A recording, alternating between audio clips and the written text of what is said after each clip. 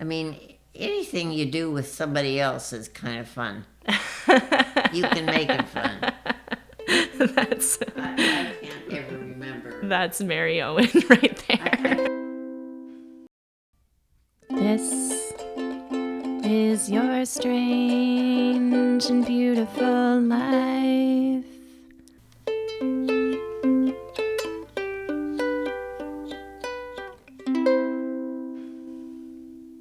We've got to start loving everybody, even if they are pains in the neck. Oh, that's good. Hi, everybody, and welcome to an encore episode of This is Your Strange and Beautiful Life. It is my interview with my beloved grandma, Mary Adamson Owen. Originally, it aired as episode 2, but it was my first recording ever. When we recorded the episode, my grandmother was 96 years old, and she had just moved into a new care facility. Okay, so it was March of 2023, and I mean, 96, this is so young, right? But I was like, oh no, I better get her stories recorded while I still can, just in case. So I traveled from Montreal to Perth, Ontario, my hometown, and set up all the microphones and podcast equipment in her little room. It took us, I think, 3 or 4 days, and it was the best. Like, the episode was the best. It's such a treasure, and I'm extra grateful that we have it because Grandma died in November of 2025. It was sad. Yeah, I miss her. But she was 99, so she did so well. Yeah, as I like to say, bravo, Grandma. Really, well done. Yeah, we love you, Grandma, so much. And yeah, thank you for listening. I'm going to try to add a little bonus surprise at the end of the episode. If it makes it to YouTube, you should check out YouTube for the little surprise at the end. But before we get to the interview, I also wanted to share the final advice that Grandma gave to me a couple of weeks before she died.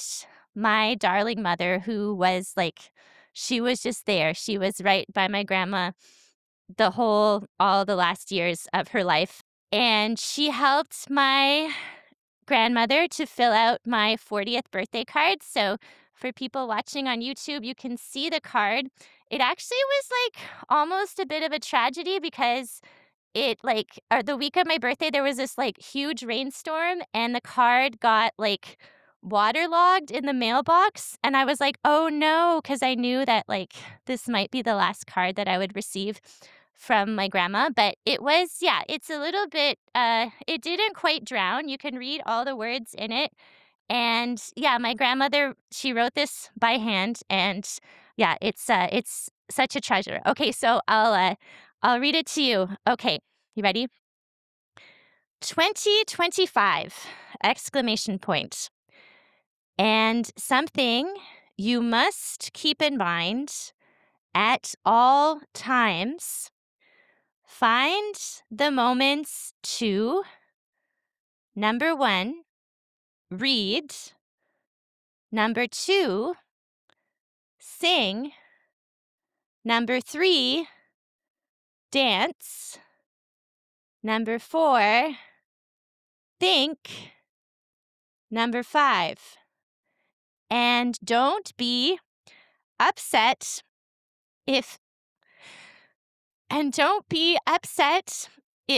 you are exhausted when you are finished. Love from Grandma.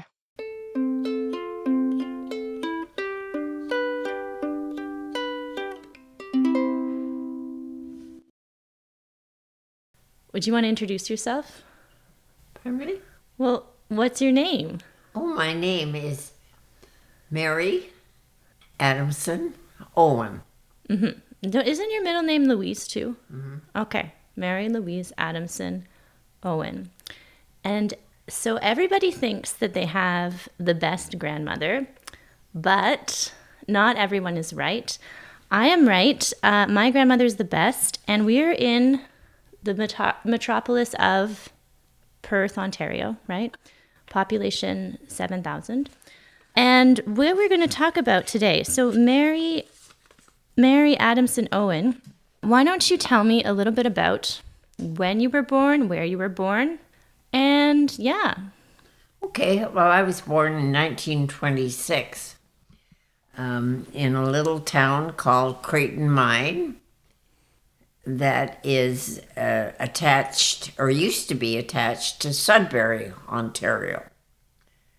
My dad was a prospector, mining engineer, and so we moved from Sudbury to Sioux Lookout, Gogama, and we ended up spent a few months in Toronto and then off to Kirkland Lake when I was 4.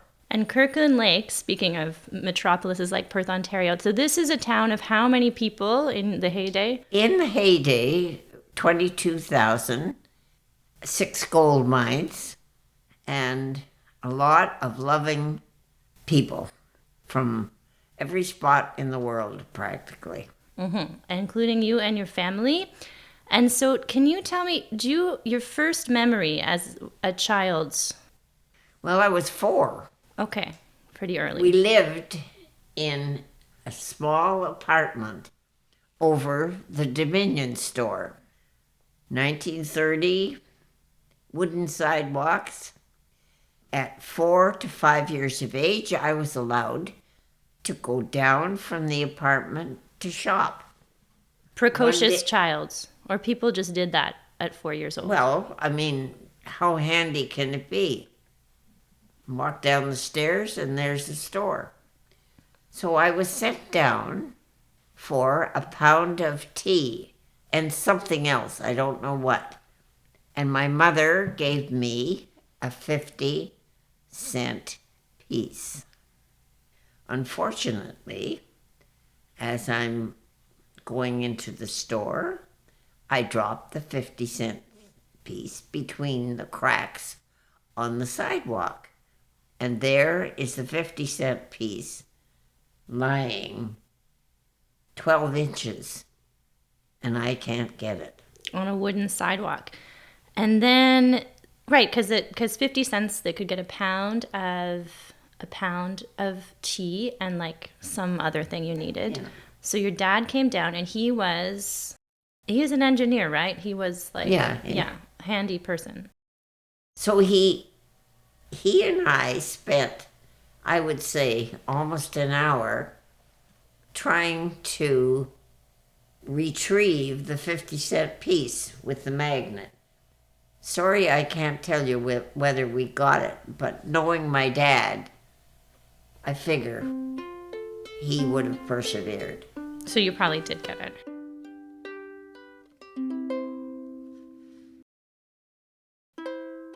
So you're growing up in Kirkland Lake as a little tyke. And so can you tell me a little bit about Peggy Morrison, one of your classmates? She was one of my grade school cohorts, sat right in front of me.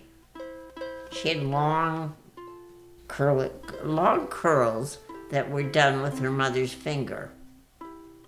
And they hung over into my desk.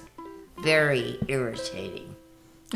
And I put up with this for quite some time. And one day, I decided a place for that one of those curls was in the inkwell. So I did that, and I really liked the look of it. So I took it out and put, I think, maybe 1 or 2 more in. As a result, we had an inky-looking blouse. Her mother, when school was over at 4 o'clock, her mother chased me down the road. She was not pleased. No. Okay. And then you were not friends with Peggy Morrison going No, forward. she was not one of my pals. No. Okay. Well, you made lots of pals, though. You are someone who makes friends everywhere you go. And you're a bit of a leader, would you say? Can you tell me what happened? I mean, I guess it must have been, I can't tell you the year. When were you in high school? 1939. Okay. And so, 1939, 40s, there's one of your French teachers is away. You have a Yes. supply teacher. And what does Mary decide to do? Well, this supply teacher, first of all, she couldn't parlez-vous. And so the 2 hours we had with her were torture. Right. And So I talked with someone and someone else, and it was decided that we'd see if we could get the whole class not to show up.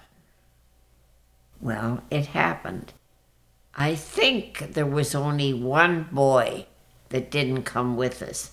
he went to the class with the He went not to the good class supply all by teacher. himself. He wanted the to rest learn. of us went downtown to the local hangout, Andy's, for a Coke. So you're just crowding this diner. We did. I think we filled it up. So Field trip. You led a field trip. that's what it was. We were discussing the quality of Cokes. So that afternoon, we had to go down to the principal's office where he gave us a speech on lack of kindness, rudeness, da-da, Respect. respect. So home we went with a letter from the principal with a spot for the parents to sign, "My child will never do this again," and a signature. And I think it was a signature of not just one parent, but two. So my parents wouldn't sign this. My dad wrote a letter and he said, "I'm sorry that Mary took part in this. It was not a good thing to do. However, I cannot guarantee that she will never do it again. I am very sorry." Yeah, that you would not be in charge of chaos Right. at another time. I love that. Okay. That was the only time you skipped school, right? I'm not going to say that. Okay, that's fair. So then you grew up in an interesting time. There was the Great Depression, and your father ran a mine, right? And you had a house. And so you had maybe more comforts than most people at that time. So can you tell me some memories about the people We you were met? very comfortable. We had a warm house. My dad had a good job. However, every day at mealtime, we had a young person from southern Ontario who came up to northern Ontario to find work in the different mines. They wanted to work in the mines, but at mealtime, they came around for a meal. They would do anything for you. Clean the floor, sweep the driveway, shovel the driveway, whatever. They wanted a job. So my mother always put extra food in the pot. And most meals we had an extra guy sitting at the table with us. Mother would provide him with soap and water to wash up. Sometimes a pair of shoes, sometimes a shirt. So that was the Depression. Well, the war came in 1939. So our visitors from southern Ontario stopped. But then we were helping the war effort. So what did that look like? Because some of the young people you went to school with started to go to war. Well, the guys, I'm in grade 9 in 39. Okay, so the fellas in grade 12 and 13, they were joining up. These were people's older brothers. So as we progressed, more and more boys. The boys in our class started to go. And so we sold war stamps. We collected stuff like iron and things that could be used south in the war factories. So we felt that we were part of the war effort. And your father was keeping track of all the battles and stuff on the Yes, we on the had map. maps all over the walls.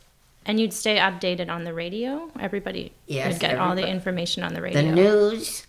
The news was very important, and you sat and kept your mouth shut and listened to the news. And we wrote letters to the boys that we knew overseas. And I think at one time I wrote to about 6 guys. Oh, you were a prolific pen pal. Yeah. That must run in yes. the family. Me too. Yeah, well, they encouraged you because a letter from home was always good for the boys overseas. Great. So next, so we'd talk a little bit. So you were in the Wrens because you wanted to join the Air Force, but you couldn't. They weren't taking women. So then you joined the Wrens in Bacaro, and there was almost an invasion while you were protecting the harbor. What we were doing was very secretive, and we could tell nobody that what we were doing is we were sending out signals that were read by ships and aircraft, and by the readings they took, they knew exactly where they were. So if they're flying above New York City, they read this reading and they read that reading, and oh, this is where I am. So years later, one of my friends in the Wrens was in Montreal, and right next door she heard somebody talking about the invasion of Europe by the Allies. And of course, she, having been doing LORAN, long-range navigation, she started to talk to him. And he told her that if it hadn't been for LORAN, the weather was so bad, the invasion, they would never have got to Europe if they hadn't had LORAN reading. So she was quite happy to hear that because, we never knew. You never got your feedback of like whether you made a difference. And for years, LORAN was not talked about. Right. Yeah. So. And then there was the plan if you did, like, there were the German ships that were nearby that one night. We got a message from Halifax that there were 3 or 4 German subs patrolling the coastline. And I mean, we were yards from the ocean. So the story was, you have to patrol Bacaro. We had 3 fellows there. They got their rifles out, and they patrolled around our area. We were on alert with our guns close beside us.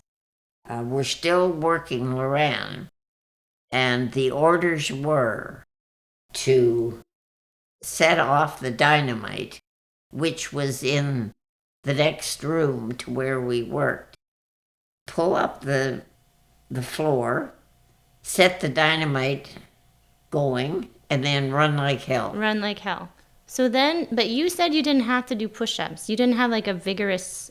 Oh, no. I mean, at Bacaro, we're not only running the LORAN stuff, we're helping the cook, we're cleaning the base, we're doing the laundry. We had no maintenance We were maintenance. You're running the fort. Yeah. Okay. One of the girls said, Well, I didn't join the Navy to house clean. so she wasn't there very long. She didn't do much good Did you for like our morale. Did you like cleaning then or now? Like, were you a good You know cleaner? what? It was a job. Yeah. I joined the Navy. What was I going to do? I don't know. Yeah, but some people like cleaning and some people don't like cleaning. You Yeah, just well, I don't think. I mean, anything you do with somebody else is kind of fun. You can make it fun. I can't ever remember. That's Mary Owen right there. I can never remember being too upset and having to scrub the toilet or whatever else. Yeah. And then when you went to have a family, like in the rest of your adult life, did you like cleaning? This is one of my favorite topics. No, but it had to be done.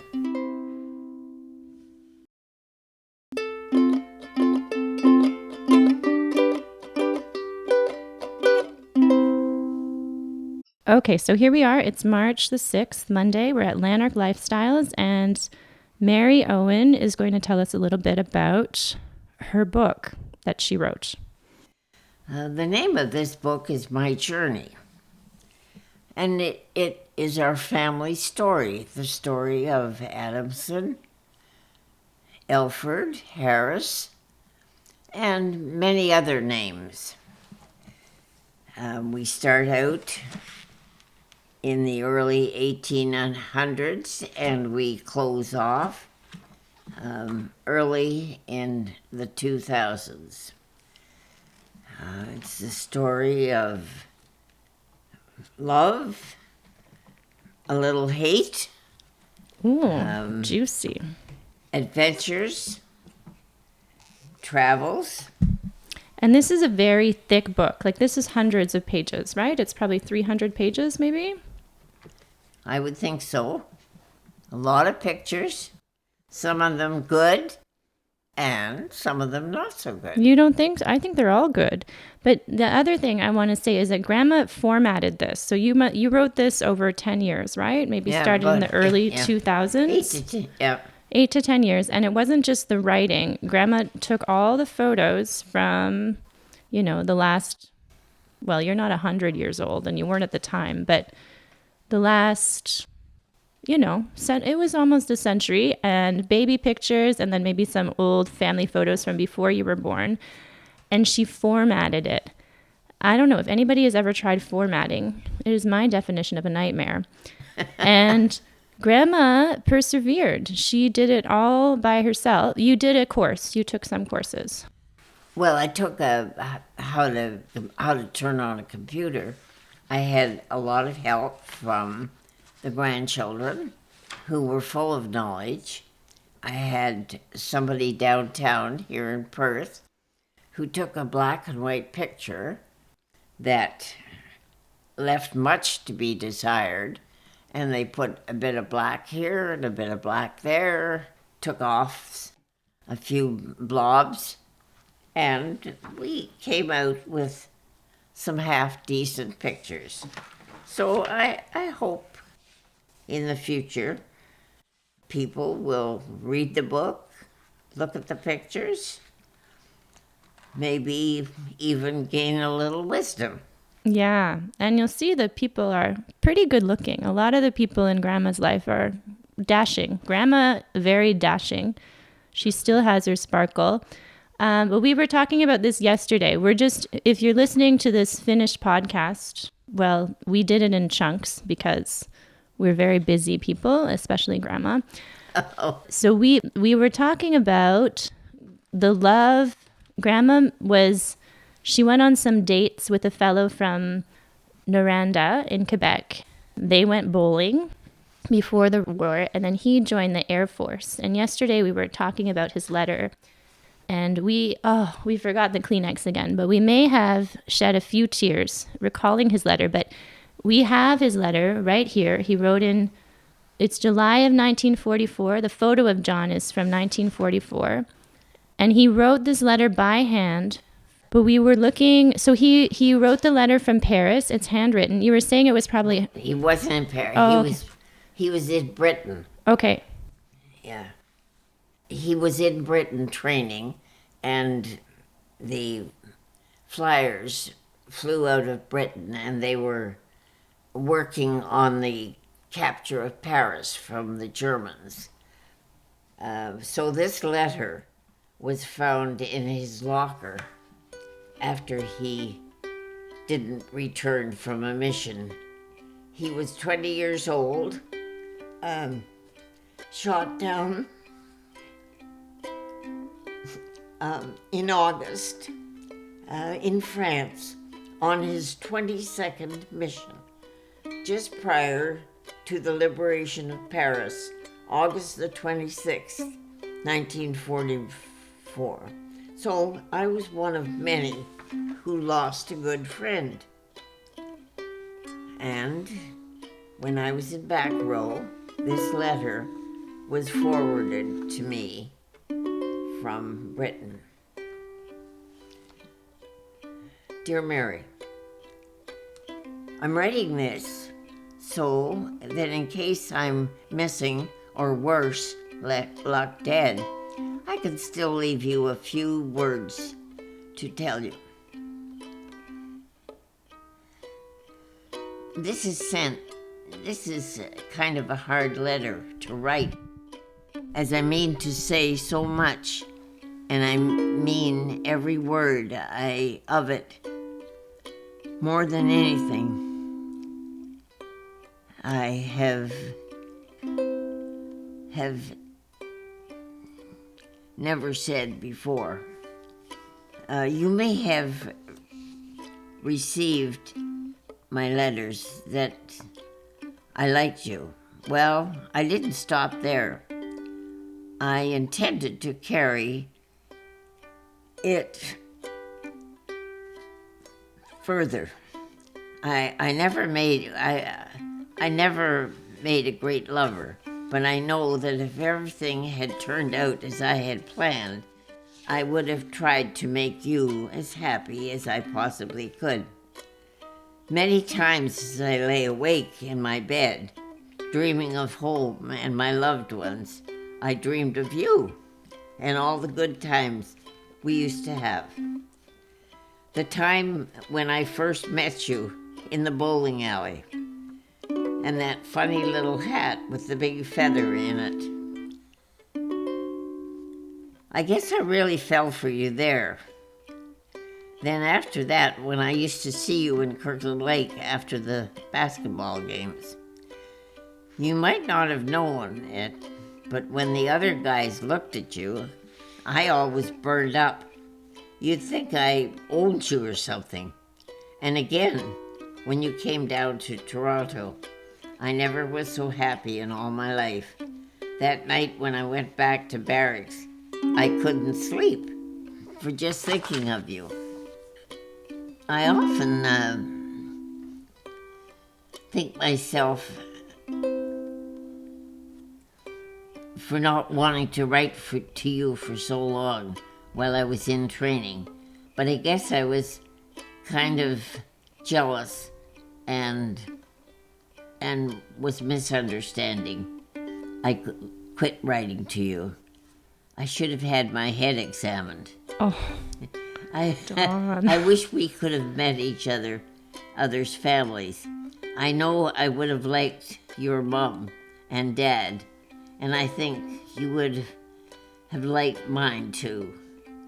If this war was not on, I don't know how it would have worked out, but all for the best, I hope. You may not agree with all of this, as you might think it's too serious, but I'm sorry that this was the way I felt. And seeing I couldn't tell you when I could have, I just had to tell you in writing. If ever you have time, please write to Mum, as I know she'd be glad to hear from you. I am writing her, too. Well, Mary, maybe now or later, you'll meet someone you love, and maybe you'll decide to settle down. Be sure.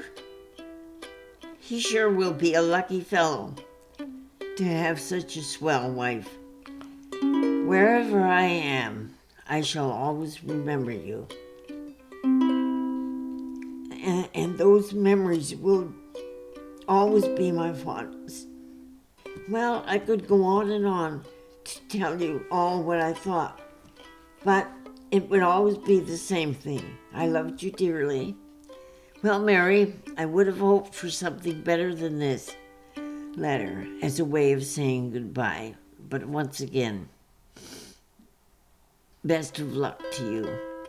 Please write to the folks. They'd be glad to hear from me.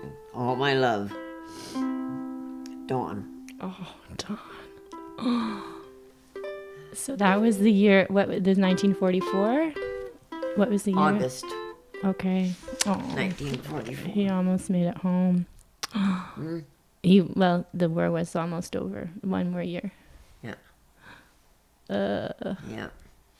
Well, And when he was talking about Toronto, I was there with a friend, Doreen Barkell, and we were working on my uncle's market garden while I was waiting for my call to the Navy. And he was training in Toronto, and he would come out to Etobicoke, or Doreen and I would go downtown and meet him. And I'm sure that he would bring a guy along. for Doreen. For Doreen. So everybody had somebody. Yeah. So that was just before my Navy call came up. I definitely fell for someone at a bowling alley before. That still happens. I looked at this guy. I thought, oh yeah, that one, but it didn't work out. No. But I was into him. But then he said, whoever you end up with will be really lucky to have a swell gal as his wife. He was right. He was right. He would have felt like he won the lottery.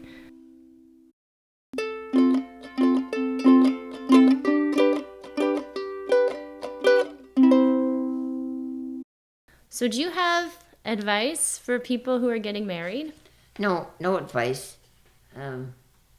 No advice. Okay, right. Just be careful.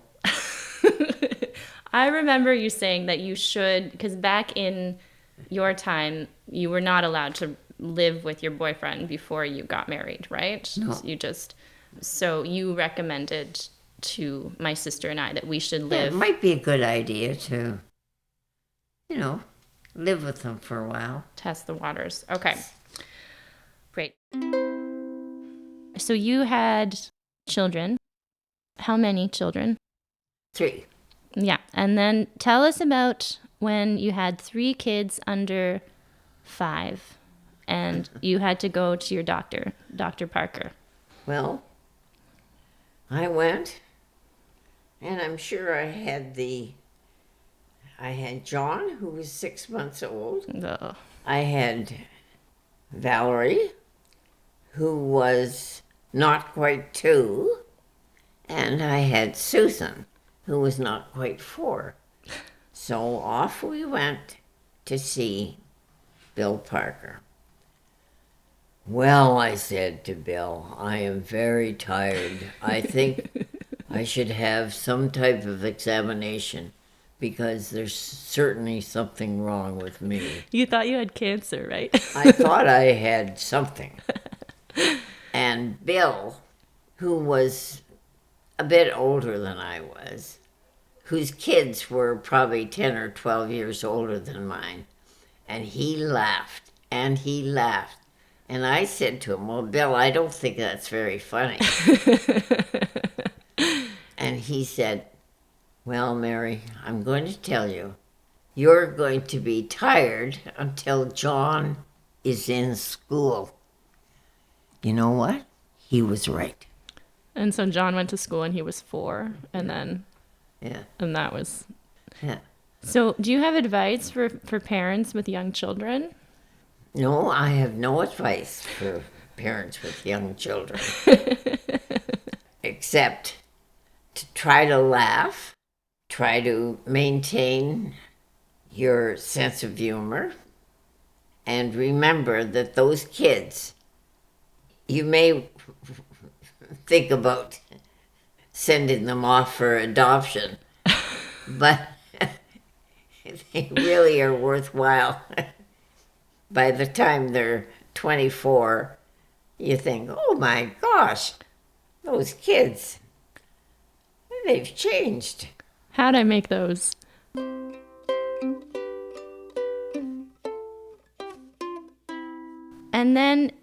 And only share what you're comfortable.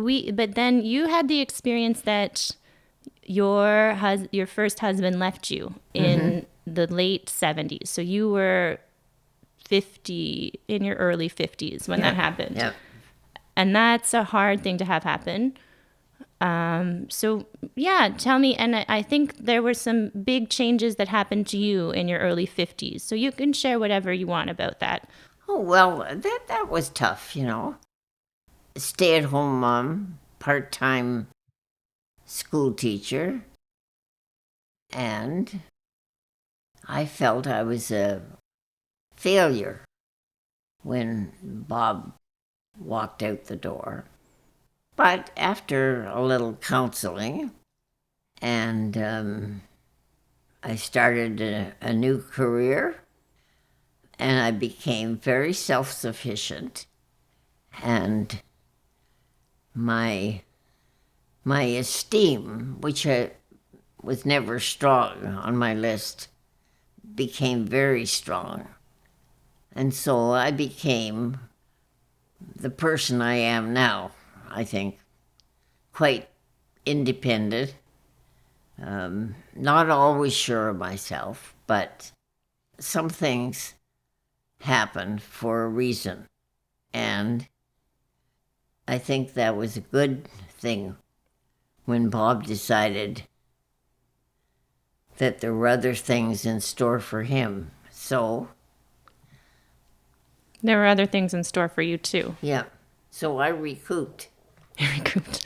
Yeah, because remember, you said that you felt, because sometimes in our society, sometimes, women turn 50 and it's like, okay, well, that's it. They don't have as, people think they're not as good looking. They don't have as much value for society, right? But then you seem to have had a bit of a renaissance at 50. I remember you telling me your personality flourished. You had your sense of humor. You got to sort of be yourself more than you had before. Right.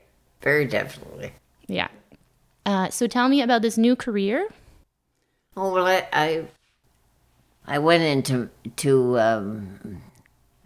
an office situation, and I went from the office looking after the design group at a wall covering company, and then went on to help produce the wall covering books that we all choose our wallpaper from. And there I met Howard, who was a photographer, and moved to the States for 14 years, back to Canada, because that was the deal. So here I am. Yeah, so you ran the company with Howard, right? You went to New Jersey. Yes, And you helped with the photography company in Boonton, New Jersey, another metropolis. And that was fun when you lived in the States, a bit far, but then we went to Broadway shows in New York City, right? We had the highlight of going to Broadway. So I think we were talking about you being a rule follower, not really a rule follower, I would say. So can you tell me about this time where we went, Grandma took us to the Sound of Music. It was very special for us to go to visit, well, not the Sound of Music, the Secret Garden. So it was very special to go to Grandma's house. We would go for the March break, and then we'd get to go to New York City for one of the days and see a special show. And so we went to the Secret Garden, and at halftime, my sister, a few years older than me, she had to go to the bathroom, and Grandma had to go to the bathroom too. And what happened? Well, like all women's bathrooms, they're always full. Not are they always full, there's always a lineup half a mile long. So we're standing there and looking at our watch thinking, well, the show is going to start at any moment. So I looked over and there's the men's washroom. An idea came upon me. So I march over to the men's washroom, banged on the door, opened it and said, "Anybody here?" Nobody was here.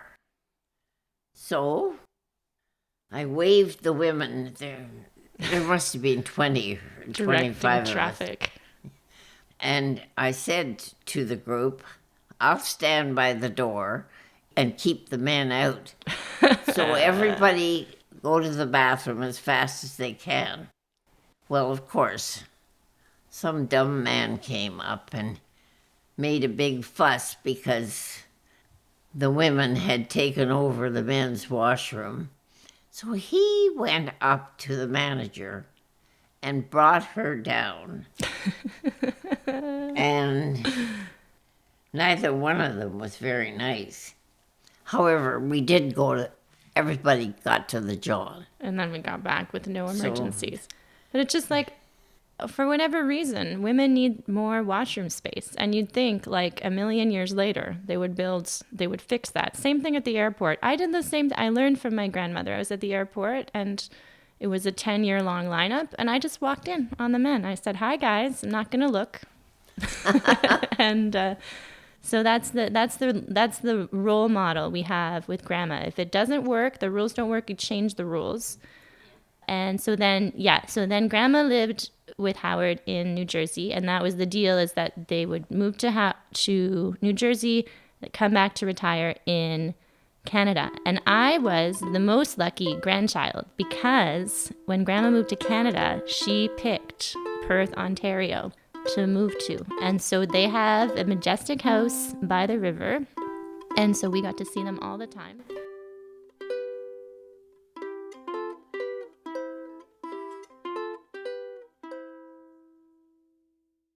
So as you get older, you maybe notice people treat you differently, right? And do you have any sort of guidance for people who run into older people at the grocery store, in their work, like nurses, cashiers? Yeah. Well, I've been very, very lucky here because there's a nice camaraderie. I think too often younger people look on older people as if they're, and many of us, we certainly aren't as sharp as we used to be. But I think it's very helpful to have people treat you as if you knew a few things, even if, well, I don't know how to put it, but I'm not doing too well with this question. No, it's right. Like treating people as though you have something to say, you have a story to say, you've been around for a while. One thing that very much irritates me is when I'm off on an appointment to, doesn't matter, the shoemaker, the guy that grows the potatoes, and he and whoever I'm with are talking, and it's if I'm not even there. The questions are always addressed to my buddy, and sometimes my buddy knows less than I do. So the next time you're talking with a friend and an older person, look the older person in the eye and talk to them. Don't always address your words to the guy or the girl that brought this older person. The older person needs to be talked to. Mm-hmm. The communication level is still there. Try to bring it out. Yeah. So yeah, you people still exist, and don't act like old people don't exist. That happens sometimes with people with disabilities too. You look at the person as though they don't exist. And Grandma certainly has lots to share. We've been talking for hours. And so you might learn something. You will miss out ignore, if you ignore the, oh, I messed that up.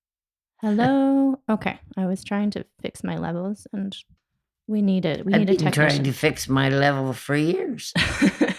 Still haven't made it.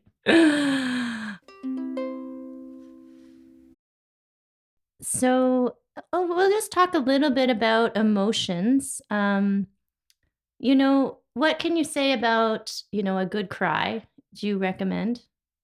Oh, very definitely. First of all, it clears out your eye ducts. Second of all, you may be crying with somebody that you love to cry with, and tears bring forth words. Hey, we've got it right there. Words and tears. Best thing in the world. So, Grandma, can you talk about what would you say? Do you have your greatest accomplishments of your life? What are you most proud of? Probably the four or the three children I produced. I'm quite proud of them. Cicero has a very famous saying. What gift has Providence bestowed on man that is so dear to him as his children? That's lovely. So, yeah, it's worth it in the end, even with all the crying and sleepless nights that children cause. And do you have any regrets in your life? No. Never look upon the past, because the future is all you have. For tomorrow will be the present, and today will be the past. Wow. It was from memory. So what are you most proud of? Regrets. Do you have words to live by? To what? Like words to live by? I think if you live for today, not worry about tomorrow, and certainly not worry about yesterday or 2 weeks ago. Today's all you have, so make the most. That's perfect. Okay. And is there anything, if you could change anything about the world or humans, what would it be? I guess if we all thought a little more about the guy next door, the guy across the street, the guy that lives in China, or the fellow that lives in Russia. We've got to start loving everybody, even if they are pains in the neck. Oh, that's good. So now we're going to end with some words of wisdom, which Grandma included at the back of her memoirs. I just want to say, I cannot find it now, but when I read the back of her memoirs, Grandma said, "Life may not be the party we had hoped for, but while we are here, we might as well dance. And we might as well laugh and cry also." But she's going to read more of her favorites. Okay. From Sir Harry Lauder. I could tell where the lamplighter was by the trail he left behind him. And that, of course, indicates as he went along the dark road, he was lighting the lamps. So let's all try to light some lamps. Youth is the time for the adventures of the body, but age is the time for the triumphs of the mind. So there we are. There we are. Two triumphant minds right here. Okay. Did you want to sing a song or something? No, I don't have my vocal cords on today. Okay. Well, this has been wonderful. And we love Grandma. And thank you, Grandma, for being on the first podcast ever of This Is Your Strange and Beautiful Life. And I think we're just going to hang out and relax now because we've been working hard. And thanks everyone for listening. And any last final words, Grandma? We're all set. Amen. What's that? I said amen. Amen. Okay, amen. I think we're good. Okay, excellent.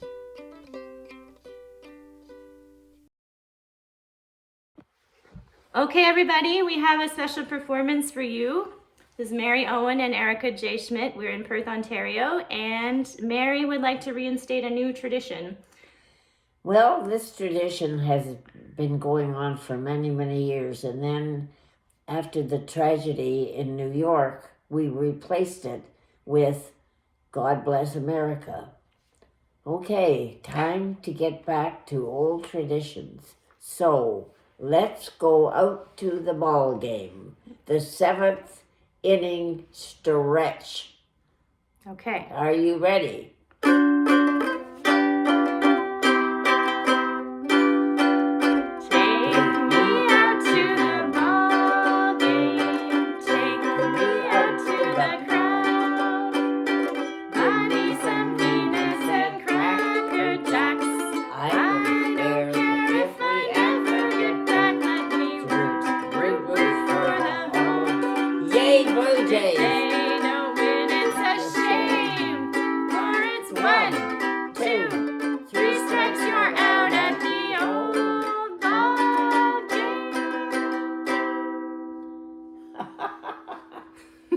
Now, is there any way you can transfer that to my... I could tell where the lamplighter was by the trail he left behind him. And that, of course, indicates as he went along the dark road, he was lighting the lamps. So let's all try to light some lamps.